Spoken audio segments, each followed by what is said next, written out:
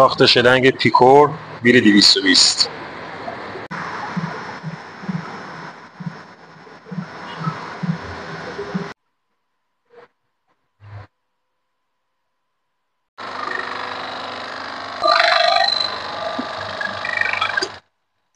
با پوسته کینچارلای اروپایی.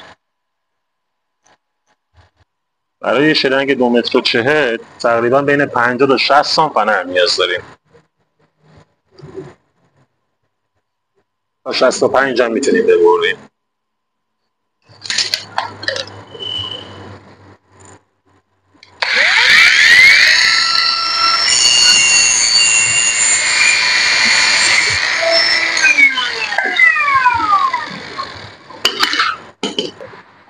برای کشیدن فنر میتونیم از این بوش استفاده کنیم، روی گیره فیکسش کنیم.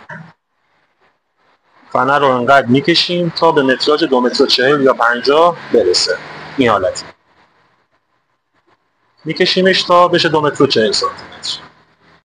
یا میتونیم دو سر فنر رو نگه داریم و انقدر بکشیم تا متراژ 2 متر و 40 یا 50 برسه.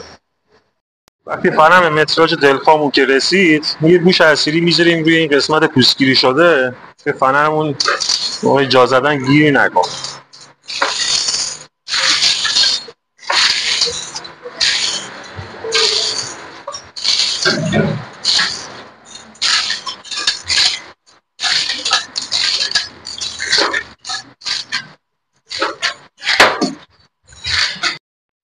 بعد که فنر رو جا گذاشتیم سر دوم پرس میکنیم.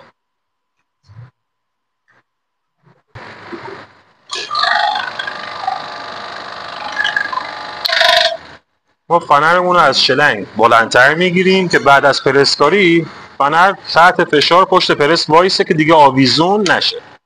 این شلنگمون 2 متر و 40 ما فنرمون رو تقریبا 2 متر و 80 کشیدیم واسه اینکه اینجا آویزون نشه. اینم نتیجه کار.